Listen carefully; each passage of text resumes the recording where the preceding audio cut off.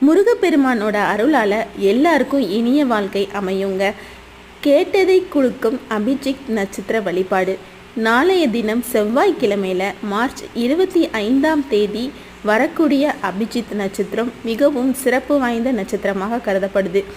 ஏன்னா ஏகாதசி திதியும் முருகப்பெருமானுக்கு உரிய செவ்வாய்க்கிழமையும் இணைந்து வர்றதுனால கூடுதல் சிறப்பு.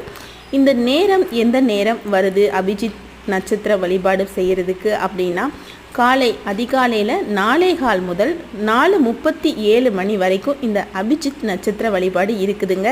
இந்த நேரத்தை தவற விடாமல் காலை நேரத்தில் எழுந்திரிச்சு குளிச்சுட்டு பூஜை அறையில் 2 நெய் தீபம் ஏற்றி முருகப்பெருமான மனதார வழிபட்டு ஏதாவது ஒரு வேண்டுதலை மனதார நினைத்து அந்த 20 நிமிடமும் அந்த விஷயம் நடக்கணும்னு கடவுள்கிட்ட வேண்டி வழிபடுங்க. கண்டிப்பாக நிச்சயமாக 100% அது நிறைவேறுங்க. முருகப்பெருமான் அருளால் எல்லோருக்கும் இனிய வாழ்க்கை அமையும்.